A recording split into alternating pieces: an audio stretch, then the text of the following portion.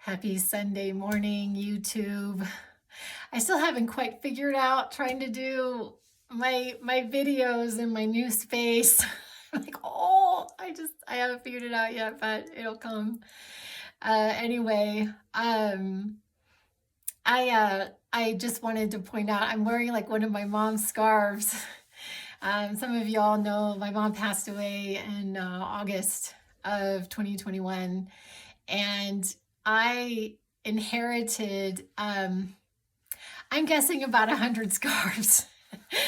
And when I wear them, I think of her. Today I percolated my coffee in her percolator. I eat things on her plates. I just do all kinds of things to keep my mom alive in my life. I'm sorry, I hope this really isn't bouncing. It looks like it is.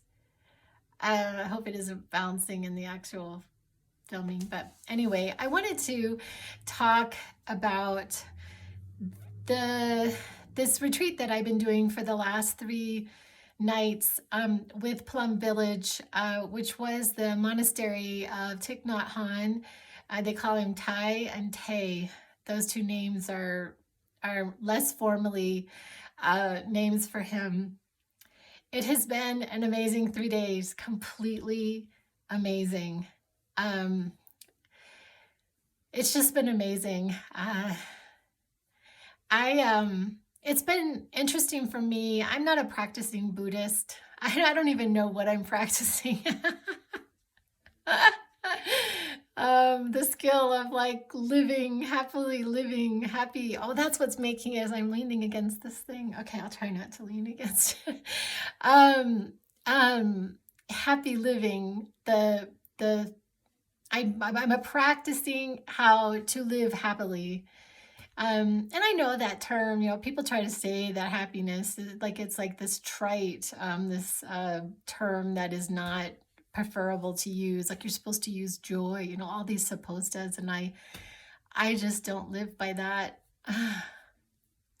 I think happiness is really, really, really important, very important. But it's, I think this retreat, as all the retreats that I've gone to in the last year, have been life-changing for me. And I have just learned so much. But in particular, what I have taken away mostly from this particular retreat is slowing down. It's just really slowing down in my life and taking moments. Like when they talk about mindfulness, not multitasking. Like I multitask all the time. All the time. It seems like all day long I'm multitasking. And they ask us to live in like this sense of mindfulness and where we're not multitasking all the time. And that's been a huge shift for me. They also talk about active listening, like really listening to people, not listening to them with the idea of how you're going to answer or wanting to fix it, not getting into fix it mode, but just really listening to each other. And when people are speaking to us, really listening to what they have to say. And not this last night, but the night before, they had a lesson from the master, from Thai. I'm moving my hips. Oh, Lordy. Oh, my God. Pardon me, you guys. Oh, geez. Did you hear that? That was a cracking of my hip. Dear Lord. Anyway, so he did, they were showing this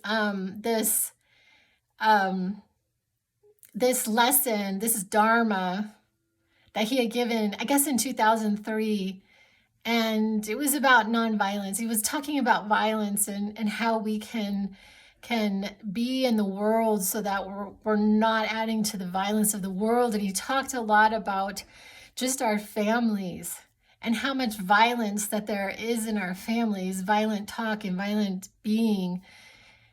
And he talked about this starting anew. There's this term, starting anew, and I'm like, where he was having us meet at least one time a week where we talk about things that may have come up for us. He was talking about a wife and her husband disrespecting her, or like talking about her in not a favorable way in a group setting. And if she doesn't address it, if she keeps it inside of herself, the relationship is more likely to not last. And so this would be a time, this start anew would be a time for her to express herself. And then ideally, her partner would listen, would mindfully, would listen to what she had to say and then address it in a kind way. But a lot of times what ends up happening with us is when we express something, the person that we're expressing it to becomes really defensive. And then that's not really, then the person doesn't feel validated, and and it just doesn't work. So he gave this whole lesson on us listening mindfully and seeing how we can make it a win-win for all. He didn't use that terminology, but I had shared today. I haven't shared a lot of stuff on my YouTubes, frankly. If you were really interested in my subject matter, you would listen to my podcasting. But I did a podcast last night about how Thich Nhat Hanh has been in my life for many years, many. I can't remember exactly how I was introduced to him, but I have some of his books that have been prominent on my bookshelf. And he just had such an impact on my life, even though I'm not a practicing Buddhist. And what I liked about him also was that he wrote The Living Buddha, Living Christ, that he respected people of other religions. That is so important to me, that he respects people of other religions, because a lot of times we don't do that. If they don't share our religion, they're wrong. We like to make each other wrong first. Anyway, so at one of the retreats that I had gone to last year, I was going into a walking meditation, and I decided to walk as him. I walked as him. I walked as Tay. I walked as Tai.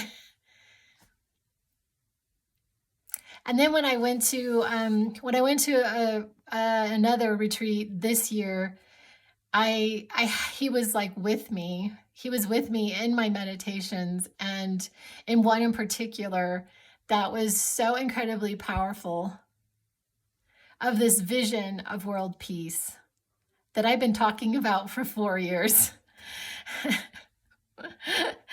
That there would be this change in consciousness to people living happy lives, that people would just be free to live happy lives, to do what they love to do, and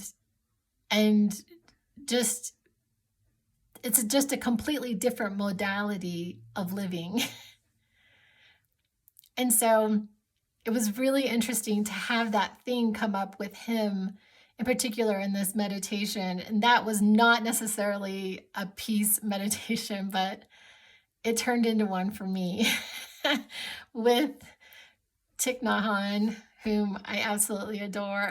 Anyway, this retreat, I'm just going to share just really quickly. They talked a lot about us allowing him to breathe through us, to sit with us, to be with us.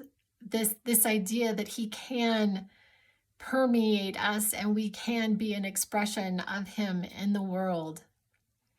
And so I guess that would be my practice, would be to be more like him, to be an example of him in the world, not necessarily as a Buddhist, but as a person who is completely devoted to him personally. I just adore him. Anyway, I thank you for listening. I may come back with more on the retreat. I don't know. We'll see. Anyway, love you guys. I'll be back.